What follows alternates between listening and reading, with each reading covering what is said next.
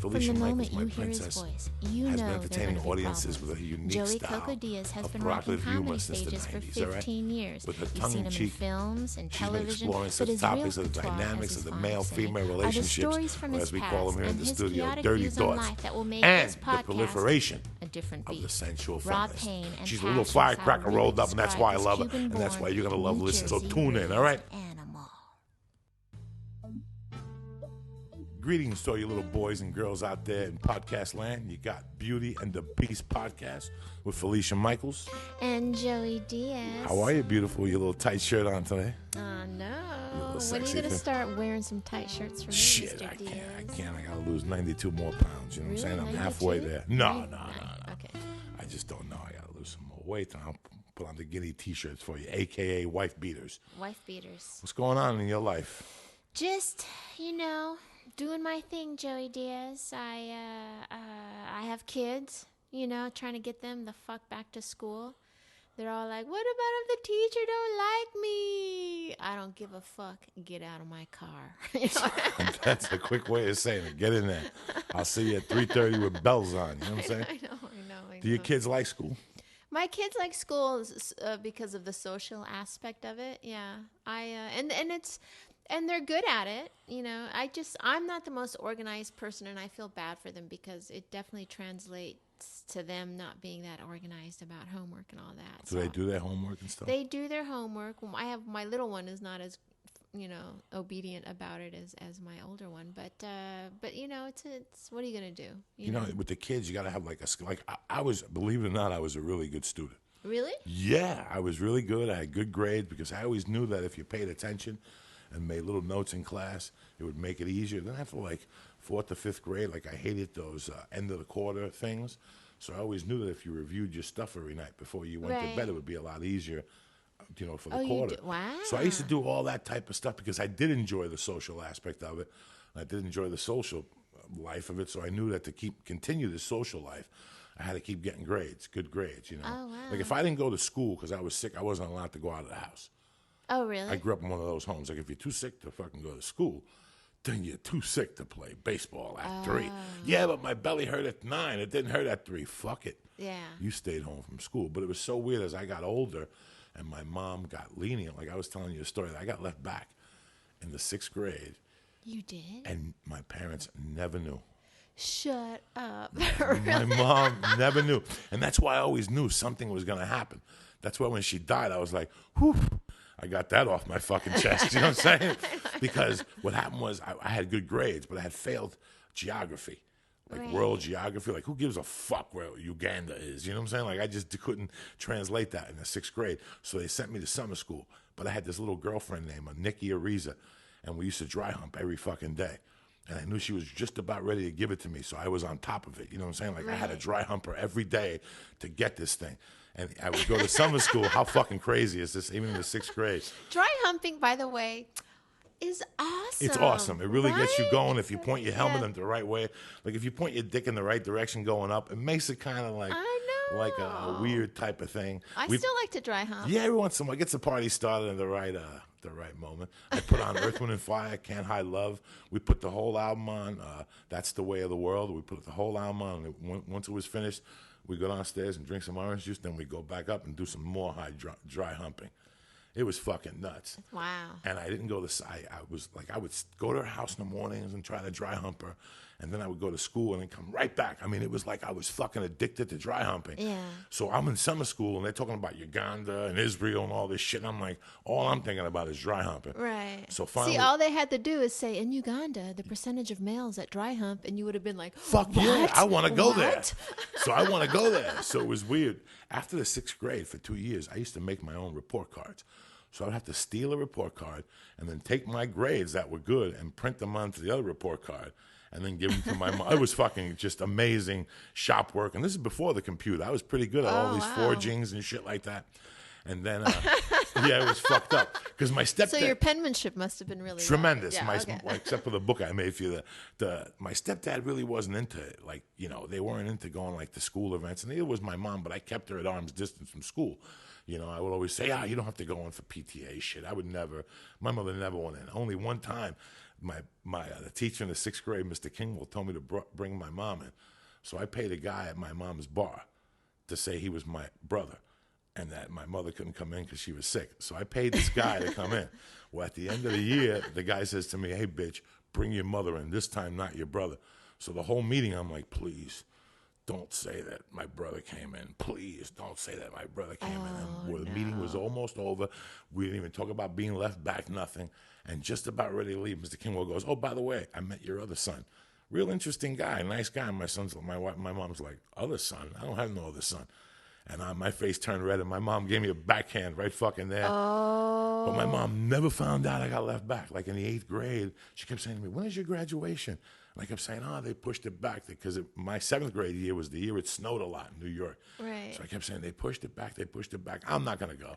And she was like, okay. And then my real 8th grade graduation, I couldn't really go because I had nobody coming. Right. So I ended up going to 5-star basketball camp, and that was the end of that. Yeah. It was fucking amazing. I mean, she didn't know for years. But I always maintained great grades. And even in high school, I quit high school for like 4 months. You did? My senior year because I had a job. I had nobody at home to support me, so I had to support myself. Right. So I said, fuck it, I got a job loading trucks. It was like $600 a week. And I think. And were you a pretty buff guy at that time? I was a strong kid. Yeah, you were pretty strong, right? And I had to get a job, and I remember I went and did that for like 3 months. And my friend's dad talked me into going back. He was a football coach. He goes, you're not eligible to play football, but let's get you back and let's get your grades. Then I went all the way to the fucking end of high school, senior year. I was right there, and this lady didn't like me, Mrs. Farley, and she said, we did a count of all your credits, and you have 99 credits, so you're a credit short from graduating. And I was like, you're fucking sick, kidding me, aren't you? So they were going to make me go to summer school my senior year. But I looked closely, if you play football for 3 credits or 3 years, you get a credit. Oh, nice. So they gave me a credit, and boom, I graduated. I never had to deal with Good. that shit again. And then I went to college, believe it or fucking not.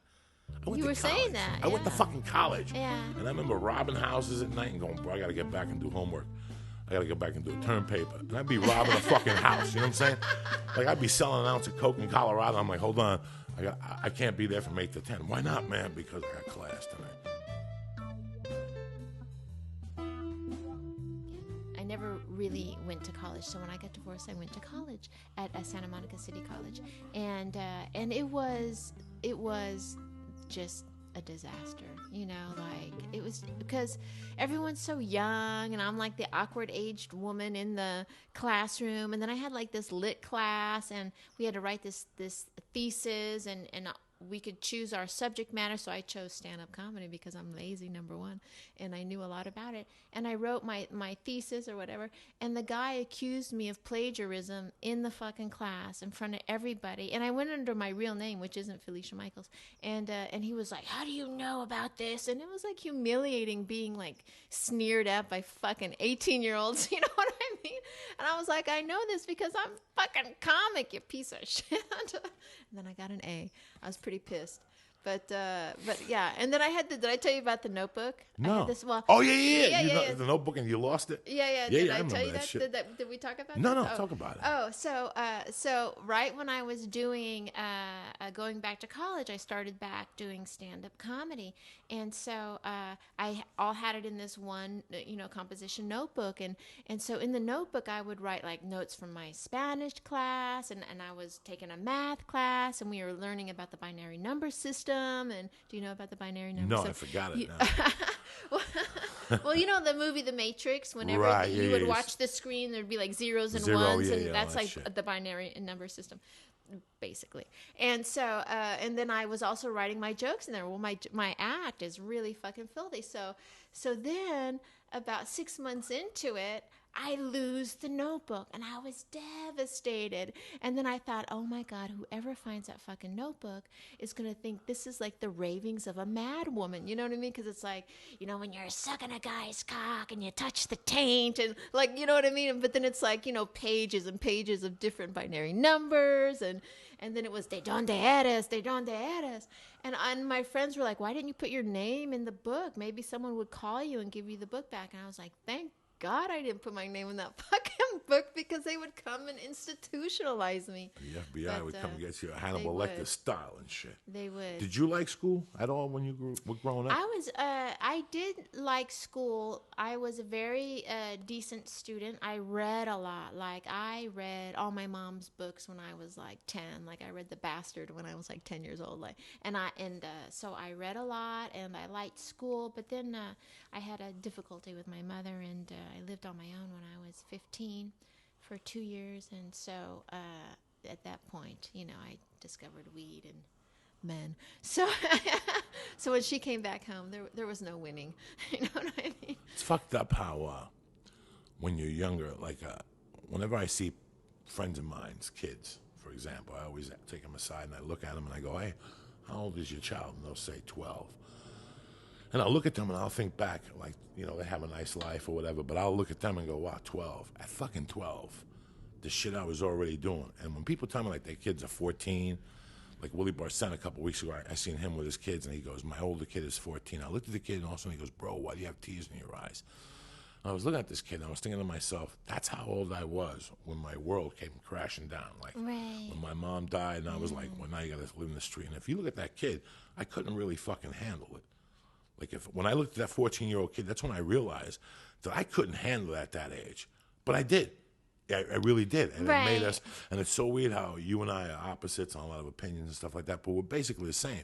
We're both put on our own at 15 to go see the world. Yeah. And it's very fucking scary, but at the same time, it's like, I don't think it was scary. Like, looking back, I wasn't scared. I was ready. Oh, I wasn't scared fucking at all. ready. I wasn't scared at all. Like, I was ready. Yeah. That's why when people hesitate on me now, I'm like, what the fuck is wrong with you? You know what I'm saying? Just do it. When you got to do something, just do it. Don't think about it. And that's the way I always, because after 15, my way of thinking changed. I had to play for keeps. You're not playing to dick around. That's why a lot of people at 18 went to proms and shit. I didn't go to my I didn't go to any of my proms. I was thinking of hustling. I was thinking of selling or doing whatever. It's so weird how a lot of people say, well, I went to do this. Even now, that what happened to me at 15 has carved who I am today, because I don't like taking a lot of stupid chances. When I do something, I got to do it. It's got to go. It's got to work. And that's my mentality, but it goes all the way to that part of my life. Do you follow what I'm saying? Like, I know that a lot of things you did now was what you learned when you were 15. Like that story you told about the Peppermint Lounge and going across the street. I mean, Jesus fucking Christ. A month ago or so, a friend of mine hit me on Facebook, and when I called him, we were tight. We both lived in Colorado together, and he kept saying to me, you're a star, and that bothers me. And I kept saying, I'm not a star, bro. I'm working for a living. You know what I'm saying? Some months I got money, some months I don't. But he was like, you don't understand. You raised yourself. And I thought about that. Like, what the fuck's he talking about? To be honest with you, I raised myself, period. Because I remember even like in the 5th grade, they didn't pay that much attention. They were doing their own thing, and they trusted me, and they gave me trust. My mom's simplicity towards the end was a 20. What are you going to do for dinner? I don't know. Oh, here's a 20.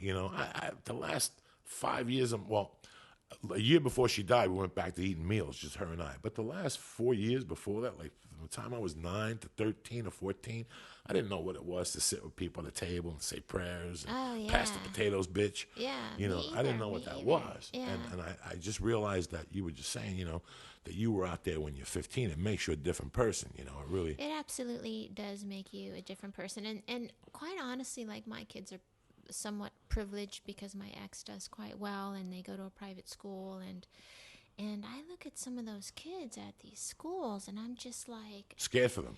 I'm scared for them, a lot like, of kids. because their parents are so protective, and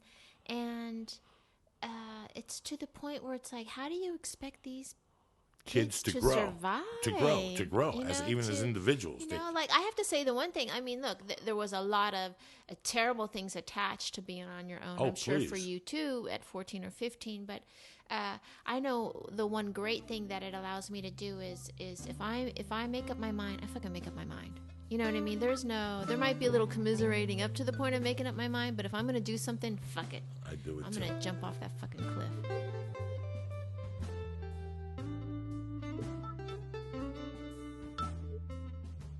Doing this one-man show, and it's really weird because you think back. You really have to think before you, because sometimes I write something and then I go away for a day and I come back to it and I add stuff that I had forgotten.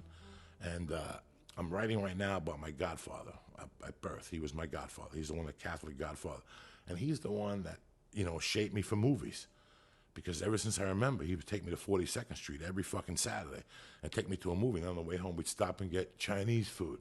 And then I used to see him smoking dope, and his eyes used to get red. And I used to go, why do you do that? And he goes, someday you'll smoke this shit. And I remember when I was like 10. You'll smoke it. You'll collect it off a Yeah. beach in Miami. I didn't know, you know. One day he's telling me that my mother asked me, she goes, when you're with Gabby, does he ever spark up in front of you? And I'm like, never. And that's weird because he's been smoking that shit since he was a kid in Cuba. And I'm like, nah, but, and the highlight of our career was, I didn't have a man influence growing up, you know, till I was about 5 or 6 that my stepdad got out of prison.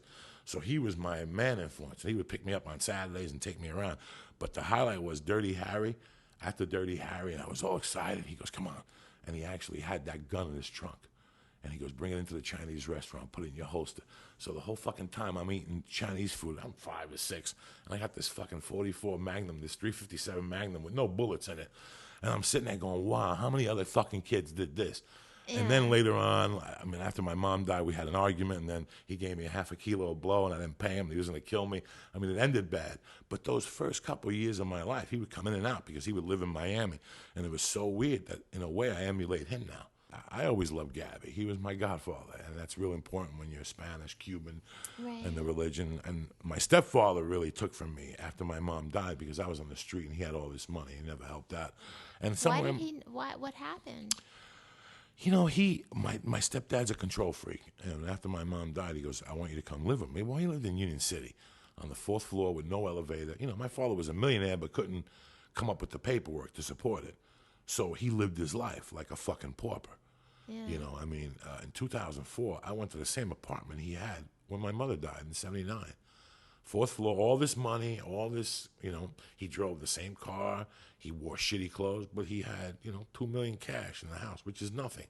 But that was his big claim to fame. I mean, I watched that show Hoarders. Yeah. He was a professional fucking hoarder, but that's not the story. Was he came to me and he said that he wanted me to live with him, and I was like, you know what, I'm already established in North Bergen. I'm a sophomore, I have my friends, I gotta move to fucking Union City on a 4th floor with an elevator.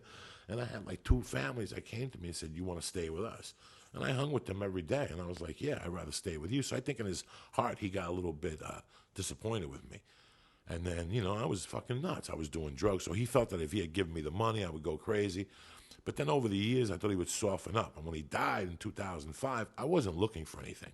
Honest to God, I wasn't looking for anything. I knew he had a ton of cash. I knew he had a ton of jewelry, boxes of gold, diamonds, shit like that. And when he died, I remember I didn't go to the wake.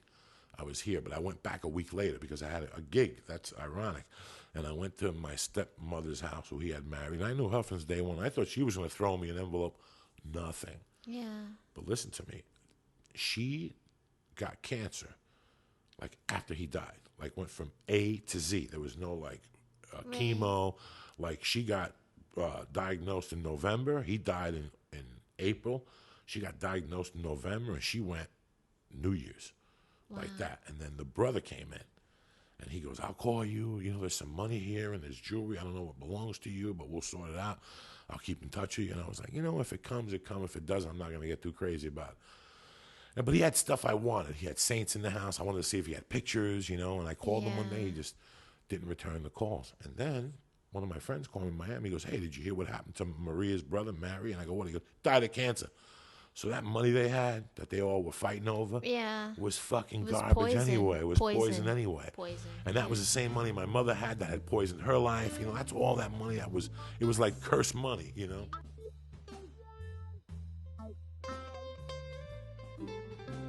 But there was something interesting you said outside, because we usually warm up outside. We talk about, just to get us talking. I haven't seen Felicia in a couple of days, and she mentioned something that she had never mentioned before. And these is what this podcast is about, because it gets you thinking. You talked to me about you almost became a prostitute at one time. When I first moved to LA, I was 19 years old. I had done stripping in Colorado. And when I came to LA, I literally had $40 to my name. And I was like, well, I don't want to do the stripping thing because I think I want to do comedy. So I got to figure out something else to do. And I did some temp jobs, but I had no fucking skills. I remember one time I was at Macy's folding bras. They had a big bra sale, and I had to fold bras like just tablesfuls of bras and bras and bras, and then bitches would come and they'd mess all the bras up, and I was all like, I have to use the restroom, and got the fuck out of there. And and then I went and I got a job at this place, and it was downtown. They have these places like old dance clubs. Like, have you ever been to one of those downtown? No. where it a lot of times it's more an ethnic thing. Like at the time there was a lot of Chinese clubs or Asian clubs downtown, and you would go and you would be one of the girls, and like Asian guys would come, and most of them kind of gangstery, and then you, as with the other girls, would sit in like a little holding room, and they would come and they would point out what girls that they just want to have sit with them. And some of the girls, I would say half the girls are Asian and half the girls are just white chicks, like myself, and or of other ethnicities. And so I went and worked there, and they would have a TV room, and you would dance with them, and then there was this one really beautiful girl named Raven, and so Raven is like, hey, I got invited to this party. I might have been in town 2 weeks, 3 weeks. She's like, I got invited to this party. Do you want to come to this party? And I'm like, sure, I want to come to a party, because I was all like 19 years old. And she's like, well, it's in the Palisades. I had no idea where the Pacific Palisades were. And what I want you to do is, here's the address, and you just drive to this, like, there's this hotel or motel by there, and then I'll come pick you up in the parking lot, because this is the day of the Thomas guy. There was no GPS. You couldn't, it was hard to find a fucking place right? And I'll meet you in the parking lot, and then I'll pick you up, and I'll drive you up to the party. So she meets me in the parking lot, like the next day, and it's, like 6 o'clock, 7 o'clock at night, and I get in the car, and she's like beautiful. So we go up to this mansion, and we go in, and it's like 5 Asian dudes and Raven and myself. And I'm all like, Raven, there's 5 guys here. There's 2 of us. Are other people coming? And she's like, well, it's a special kind of party. And I'm like, what? And then as we're talking about this in the corner, like this sushi chef comes and does this whole sushi thing. And it's like, like there's money, hand over fist going on here, right? Bullshit. I know, right? And I'd never had sushi in my entire life. And we were sitting there. And out of the 5 guys, there was this one Asian guy, and he had green eyes.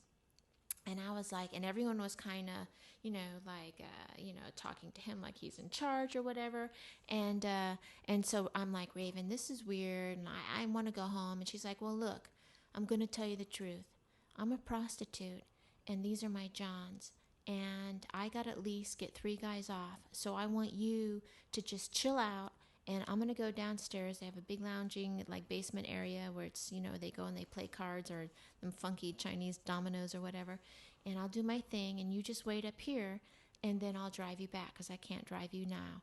And I was like, what? You know what I mean? Are you crazy? So then the guy with the green eyes, he starts taking a liking to me. And obviously he's in charge. And I'm all like, what the fuck is going on? And Raven's all like, I'm going to go swimming in the pool now. And the other 4 guys are like, we want to go swimming too. But, with the Asian accents.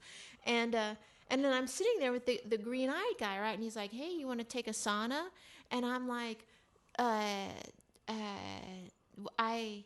don't have a bathing suit. And he's like, don't worry about it. You can wrap yourself in a towel, and it's all right. And I was like, what do? I have no fucking idea where I'm at. I don't know how to get to my car. This is before cell phones. I'm 19 years old. Raven is a prostitute downstairs in the basement, fucking guys for money. Like, what do I do? So I'm like, well, okay. So we go to the sauna, right? And okay, Asian guy with green eyes, kind of freaky looking, right? So we're in the sauna, and he starts like pinching me and like hitting me in the arm, and I'm all like, oh shit, you know what I mean? I'm only used to the Peppermint Lounge kind of horse shit, you know what I mean? Drunk GIs, the bouncer would kick their ass and toss them to the curb, you know what I mean? I'm not used to this kind of gangster shit, right? So then I'm all like, oh, and he's like, I like it when women feel pain, but with an Asian accent. I can't do Asian accents. And and at that point, I was like, well, Felicia, you're just going to have to fucking take one for the team. You know what I mean? Like, it was like, well, all right. So So I do the sauna, and he's like, meet me in the master bedroom, right? And so he leaves, and I put the towel around me, and I tiptoe down to wherever the fuck the basement is, because it was this huge, huge mansion. And I get down there, and Raven has definitely fucked 3 of the 4, and they're playing mahjong. That's what the Chinese dominoes were. And they're playing mahjong, and she's sitting there in her towel, smoking a cigarette and wiping the cum from her lips, right? And I'm all like, Raven, I want to get the fuck out of here. That guy thinks that I'm going to fuck him. And he's all like hurting me and saying that he likes when chicks feel pain. Like, I got to get the fuck out of here. This is craziness, you know? And she's like, well, I have one more guy left. After this mahjong thing, I'm going to do one guy, and then we'll leave. So just go up there. And there was like they were drinking a lot. Like, I wasn't drinking because I was just like, I'm scared, right? So I go back up to the bedroom, and the guy is there, and he starts talking, but he miraculously falls asleep. And now at this point, I'm like, I'm going to be a prostitute. I'm going to fuck this guy, and that's the end of it. I'm just going to do it, right? He falls asleep. Miracle, right? So I'm sitting, there's like this loungy part of the master bedroom, and I'm on the couch, and I fall asleep. I fucking wake up with the sun coming up, and I hear women's voices, Asian women's voices, and I'm all like, what the fuck is that, right? And I go to the dude, and I wake him up, and I'm like, yo, what's going on, right? And no Raven. He's like, thank you for not saying anything. You know, he calls one of his guys on the phone. The guy pulls up the limo. They give me a couple $1,000, and I fucking took that money. And I was like, that's the closest I ever came to prostitution. I fucking took that money. And then the next night, I go back to the I can't even remember the name of the place, the dancing place. And Raven's sitting there in the holding pen where all the chicks are. And I'm like, Raven, what the fuck? Why did you leave? What's up with that? And she's like, I don't know. I called your name once. You didn't answer, so I got the fuck out of there. And I was all like, what the? Thank God. But That's see, amazing. I feel like I have the heart of a prostitute, because you get to that moment where you're like, well, fuck it. Fuck it. I'll do Fuck it. it. Now, I at have this no point, choice. Fuck it. It's either walk down this hill for 2 years or fucking Yeah. fuck for 3 minutes, and hopefully I it'll be know. done. And you know what the first thing I bought with that money was? A waterbed.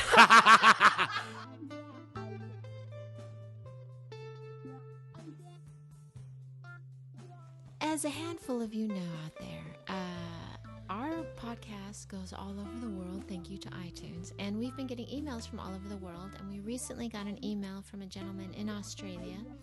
And he was saying, you know, you guys talk a lot about coke. Not necessarily me, but you. You've had a pretty distinguished career in the cocaine business as a seller and a user. And he wants to know, like, what is the big deal about it? Like, what, you know, how did you get into it, number one? And number two, tell me about the first time, this is me asking, that you did coke. Well, growing up was all around me, you know, and I put it away over the years. Like, I used to know that my parents were into it, or my mom did it socially, you know, and then when I was a kid, my mom would have these birthday parties for me, and they would have 2 parties, like one for the kids and one for the adults, and there was always 2 piñatas. So the 3 o'clock piñata was toys and kazoos and candies and shit. The 9 o'clock piñata, my mom would grab me. They would put another suit on me. And my mom, because I would have 2 suits for the party. Like, we had the bar, so we would have a party in the daytime for the kids. Then the kids would go home, and then the adults would come, and Celia Cruz would come, or Tito Puente, or an Orquesta Fajardo, and they'd play till 3 or 4, and all these adults would get fucked up. And I knew their kids, you know. And the adult piñata, my mom would say, go in there, and if you see any aluminum foils, bring them to mommy, because she would put aluminum foil with cocaine in the adult piñata. And over the years, fucking hysterical. Who broke the piñata? A bunch of adults would be on the floor grabbing for the piñatas, and my mom would put a couple fucking grams in there in aluminum foils. This is a true story. I mean, I'm not fucking, this is crazy shit. So were the piñatas shaped as anything? No, like a boat big or a fucking razor? fat dude, yeah. And you would pull them, and there'd be a little room by the stage, like a little stock room, and my mom would clean that out, and that's where the piñata would go down. And I remember as I got older, I would look at those pictures and go, look at those fucking adults on the floor. And you're like, oh, they're looking for candy. No, they were trying to look for the fucking nose candy. You follow me? And then my mom would have women over the house when I was really young. And I would go to school the next morning. Like, they would be playing cards and switching into little different outfits. And in the morning, I'd be getting ready to go to school. They'd be fixing my tie in the first grade and shit. and I would see the aluminum foil on the table, and they would try to hide it, but they all had rings on their nose. Right. So I was exposed to it then, and I swear to God, guys, I fucking hated it. I fucking hated it as a kid. And by the time I got to be 10, 11, or 12, my mother Why did you hate it though? Tell me. because it was destroying my mother, and I could see it from the out. I didn't like that they did it. You know, on one hand, you're out, and people telling you not to do drugs, and then you're going home, and it's at your home. And I couldn't tell my friends. It's not like I was a mouth. I would say, hey, my mommy does drugs. I lived in a house where it was the three monkeys, you know, hear, see, and fucking whatever. Whatever happened in the house stays in the fucking house, you know. And it was weird because for years I hated it. And when I got to be a little older, I would have to tell my mom, Ma, wipe your fucking nose. You know how embarrassing that is to tell your mom, like, Ma, wipe your nose. You got shit coming out of your mouth. Oh, whatever. She would say something. And then I was totally against weed and coke. And then as I got older, going to karate and shit like that, once you get 13, it's all around you, the weed. So you tried it, I smoked, and it was okay. But I was totally adamant about coke. I had been smoking pot since maybe the 7th grade, on and off. But I was totally adamant about coke. And then, you know, it was 78, and coke was everywhere. And 79, coke was everywhere. And at that time, my mom didn't have the bar no more. And my mom was sort of like she had people in Miami and she had people in New York. And the people in New York would look for drugs, so my mom would put them together with the people in Miami. And my mom would get a commission off it. And sometimes, this is the early fucking 80s, late 70s, they would leave shit at my house downstairs. And I would go downstairs to get a wrench. And I'd see these fucking bales of weed. That weed I got the paraquat from was stolen from my mom's basement. That was paraquat weed that got sprayed with the paraquat. Well, one day I went in there, and there was a bunch of coke down there, and it was pink. And I remember telling a friend of mine, don't say nothing. But my mother had that pink. She's like, steal some. Can you get some? Let's get some and play hooky. And that kid's name is Jimmy Lebrano. I still talk to him, stutterer. Still talk to Jimmy Lebrano. In fact, he just got out of a fucking rehab 2 weeks ago. Oh. So when we were 16, 15, we went to his house like 2 or 3 weeks before my mother died. It was October of 79. And we used to get a bottle of vodka. We stole a bottle of vodka from Albertsons or one of those places. And you go home and you get shaved ice. And we put Cointreau, whatever that fuck. Oh, cream de mint. Right. So you get cream de mint and vodka with ice, and it's like a Slurpee. And then we'd sprinkle cocaine on it, and we'd drink Holy it. shit. That's how fucking crazy we were. We thought we were getting high. So finally, we drank like 3 of those with the vodka in it. And I remember Mrs. Lebrano would leave in the mornings. Like, we're sitting outside the weeds watching her go up the hill. And once she'd go up the hill, like, let's go. We'd run in the house, and we'd get our shit ready. And that time, I remember I did a couple lines, and it took me like 3 days to get over the guilt. It was terrible. I couldn't even look at my mom.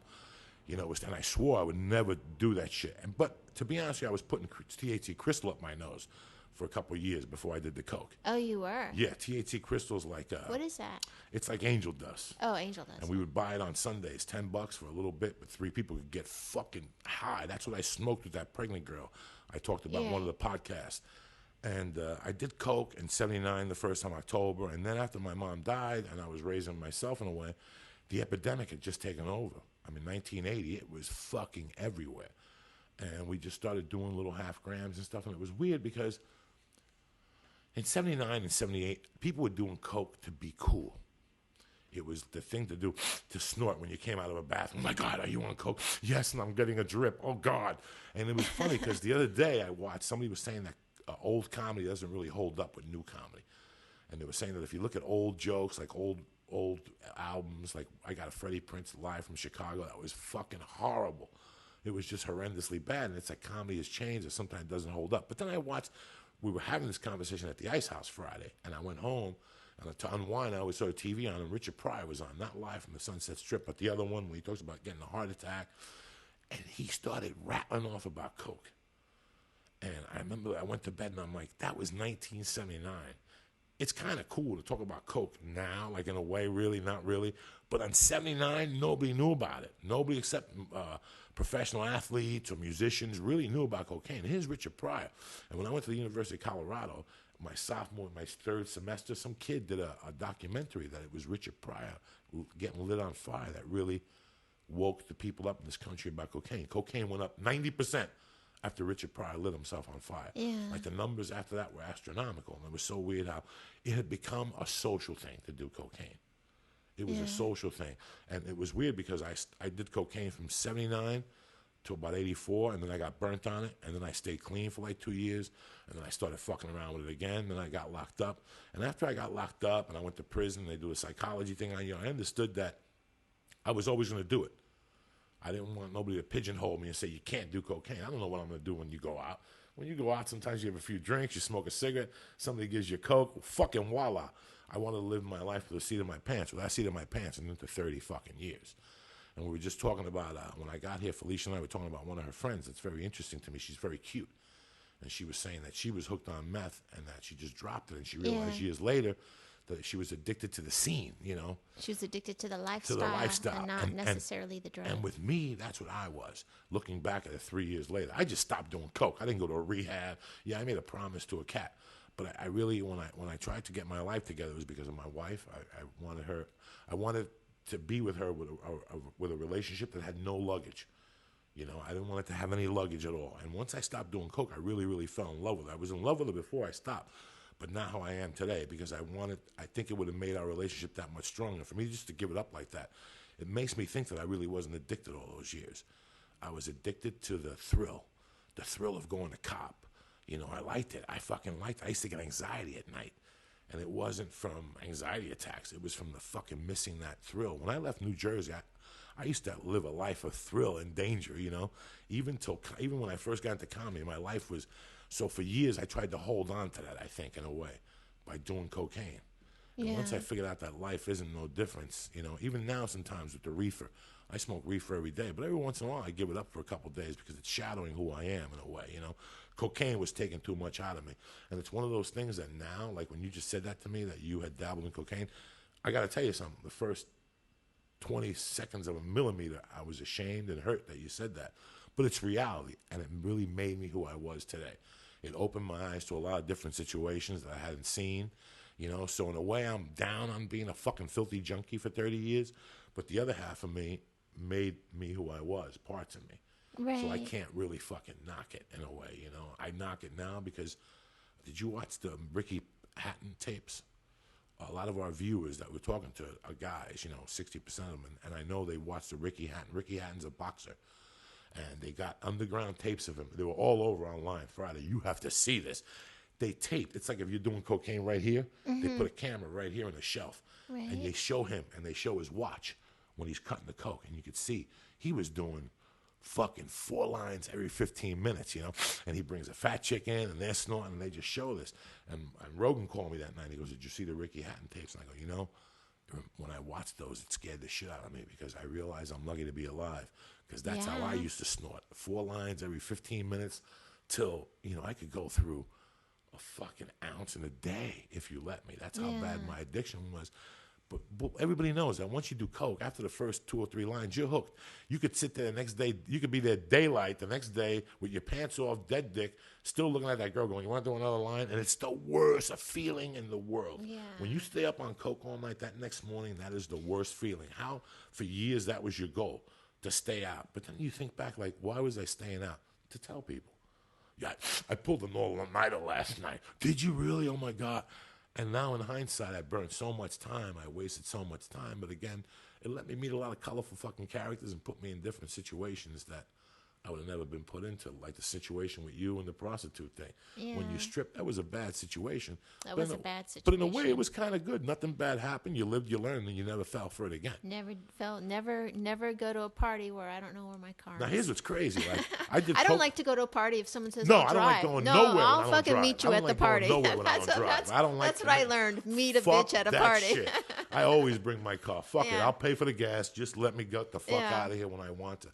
But that's what I think part of my cocaine was. So when I talk about it, I hope that the viewers don't think I'm talking about it as it's nostalgic, like I miss those days. I fucking don't. You know, you were talking on the way in that, in a way, you felt that I put Terry through a lot. Let me tell you something. I got people in my life that I put through a lot. Yeah. Terry, when I met Terry, I realized she was gentle and she was very soft and she was unlike a lot of people that I hung out with at the time.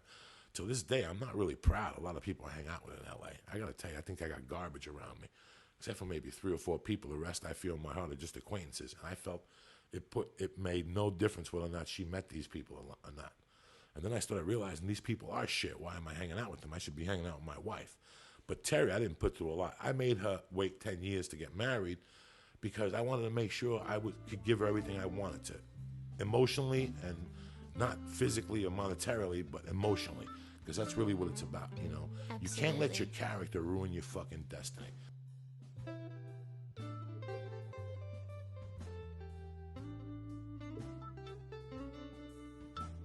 It's crazy we're talking about Lindsay Lohan. I know you don't like talking about topical stuff because you want people to listen to this years later. But, you know, it's like, what does she feel right now? She went to a rehab. She got out. She looked great. Did the MTV Music Awards. Also, you come to find out a week later that she gave a hot UA. And people, like, freaking out. Are you surprised? She wasn't in no rehab. She was away for 9 weeks. You couldn't get to the source of the problem. And like we discussed, and we're talking about a story that when I was in the halfway house, I would be able to sleep at my house because I was level 4. And my baby girl was about 9, 10 months. And we had a 2-bedroom condo that I had bought in Boulder. And it got to the point they would let me go home Saturdays, Sundays, and Mondays. So I wouldn't have to be back in the halfway house till Tuesday. So I thought that I could beat the UA in less than 72 hours. And somebody told me that when you do coke, weed you can beat. In those days, you could dilute it. Yeah. So it would go under a certain level. They knew you were getting high, but it was under a certain level. You had to drink 22 gallons of fucking water, Felicia. Oh, really? Yeah, and in those days, and drink like tea and cranberry juice. But if you were going to get tested on Monday and you had smoked weed, you better start drinking on Sunday. Yeah. Your piss was minus white. Like bones are coming out and shit, like bone marrow. Because that's what you have to do to flush that weed. But coke, there's a certain synthetic or something. I'm not a scientist. So in the back of my mind, I thought I could do an 8-ball on Saturday, and if they tested me Tuesday, I would be clean. But it was mathematically impossible because Saturday to Sunday's 24, Sunday to Monday's 48, and Monday to Tuesday's 72. You're on the cusp. So I figured if I drank white distilled alcohol, vinegar, I'm sorry, I would clean me out. So Monday mornings, people, or Sunday, I would start. I would drink a whole 32-ounce bottle of vinegar over rocks. Over fucking ice cubes, like they do in the commercial when you think you're cool, with Gatorade in the other glass, and drink. And then I still came back hot. So I figured out a different idea, because you have like 3 hots before they send you back to the penitentiary. Oh, really? And what I did was the first time I gave them a hot, I got my attorney to put me in a daytime rehab, like 3 to 6. You go down there and talk about the weather. And I was still selling coke in there. In fact, I even got blown in there every day. There was a little freaky girl in there that would suck my dick every time I go down there and shit. I forget what her name was. She was from Michigan, though. I like those Michigan freaks. And the second time, I figured out, somebody told me, no. What you do is, as you get in a piss test, drop stuff in the piss test, like pool cleaner or Drano or salt, and that'll fuck up the whatever. Well, not Drano at first.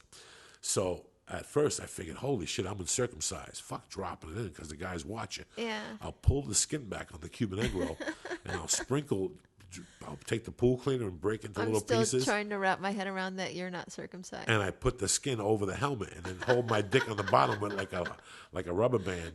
And then when I go piss, they give me as I was pissing, I pulled the skin back, and all the pool cleaner would go into the bottle, and I would be clean. Well, guess what? I still came back dirty, even with the pool cleaner. So now I kept doing coke. This is what the addiction is. So you would hide the pool cleaner in your uncircumcised dick in the hole. And the next day, right next to where you used to hide all your hopes and dreams. Right.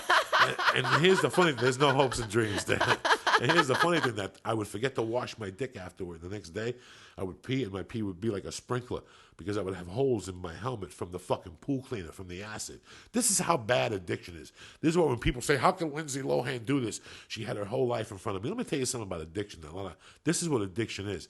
So the following time I gave them, I'll never forget this, they were watching me big time, and they called me in again. And this time my buddy goes, fuck it, break the machine. They can't test you. And I go, how do you break the machine? I'm not going to break into the office. I'm like, no. Put Drano in it. Drano cleans out the pipes, and it fucking fucks up, when you have a lot of hair in it. So again, I pulled the Cuban egg roll back when it was healed up from the fucking drain cleaner, and I put the fucking Drano in my dick. And as soon as it hit the water on my dick, like the fluid, you could hear tss, like they had put Pop Rocks on my dick. I didn't give a fuck. I wasn't going back to jail. I rolled the fucking Cuban egg roll over the Drano / Pop Rocks. And I went down to this last UA. And he went into the bathroom with me, and I'll never forget, pissing, and then pulling the fucking skin back, and the Drano went in, and all of a sudden the thing started shaking, like fizzling, like an Alka-Seltzer, because it was cleaning. The piston was going shh. And all of a sudden, it's like making, it's like shh, you can hear it louder and louder. I put the fucking seal on it, and I put it in the counter, and while he's writing it up, I could see it like trying to blow up.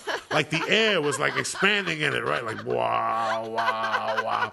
They put it in the baggie. 2 days later, I get a call that something happened, that my pee test just blew up.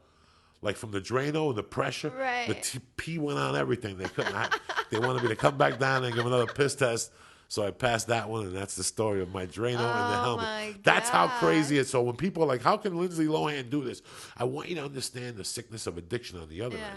And I was a working addict. Like, I could go out in the daytime. People would say, Coke, Joe Diaz does coke. No, he doesn't. I seen him at 8 in the morning. That was my secret. I know how to keep it together. But, man, that fucking Drano on my dick, I still got scars on my little helmet, like little scars and shit. Little crystal-sized like some scars. people have notches from how many women they fuck. Right. I got little notches on my helmet from the fucking Drano. Let's take a breather here. Well, you know, let me tell you real quickly, though. I was reading in some newspaper that a woman in Florida got busted for dealing heroin in prison, and she had smuggled in 100 packets of black tar heroin inside her vagina. Oh, yeah. And initially, I guess she passed the body cavity search, but then they ordered her to have an ultrasound when she couldn't explain away her vagina's slurred speech on Euphoria. Look at you, cracking little funnies and shit. And with that, we'll take a breather here. Oh, you didn't laugh, though. I love that joke. It's too intelligent to laugh. It was deep. What? Deep. It's about putting heroin up your pussy. I'm with you. By the way, and why do chicks smuggle stuff in their vaginas into prison for men? Why do they do that? You know, women do that. Why do they do that? It's the thrill. It's this girl who grew up in a Catholic school all her fucking life, and her father's a preacher. Now she wants to hang out with Johnny Tattoos, who's missing a tooth, and they're part of a speed smuggling group. Right. And little does she know that he's got 10 other fucking girlfriends. Right. I don't know. Like, I know if I ever tried to do something, smuggle something into a prison, I'd probably freak out and have to go to the restroom and, you know, try to fish around for a carton of Cools. You know, I still fly. I fly with weed under my ball sack every time really? still. Yeah, why not? Put it in the little Drano hole that you made. No. Fuck the Drano hole. That's sacred. Put a little bud in that Drano hole. I did the rehab, and I put it under my left nut until you get on the plane, really? and you take it out and put And it in. is your left nut a little more paranoid? The left nut's a little bigger, because the left nut's bigger. Depends what you are, right? I always thought I had cancer or something. For years, I thought I had cancer because my left nut was bigger than my right nut. And then I was watching TV one day, and it said that that's why you got to watch Discovery Channel. If you're right-handed, your left nut's bigger. Just something. If you're left-handed, your right nut's bigger. Really? Yeah, try it. Next time you go down on a guy, ask him what he is, lefty or righty. I'll do that with my activity Try partner. to, pick up your dick. Let me see what you are. You lefty, righty? Show me your nuts. Beauty and the Beast coming at you as usual. If you have any ideas, by the way, I love you motherfuckers. I want to give a shout out to Nelius, sending us some videos all the time, especially the one with Leonard Skinner and the other one that his buddy made for us. I love you. And my man Tim for sending us a picture of his beautiful Siamese cat Bella. She's fucking gorgeous. She's been gone for 4 years, and he says he still thinks about it. And I couldn't imagine losing one of my cats because they run shit at my house. Beauty and the Beast podcast at gmail.com. Keep coming up with the ideas and the shout outs and your love for Felicia. I keep getting all these fucking people in love with Felicia. I got a 68-year-old guy from fucking like Mattawan, Africa, that said, Felicia, I want to do you. Fix me up with her. Yeah. But we'll talk about that. He's going to register on sugardaddy.com. I told him to register. Oh, that's funny. We'll be back. Beauty and the Beast podcast. Love you, bitches.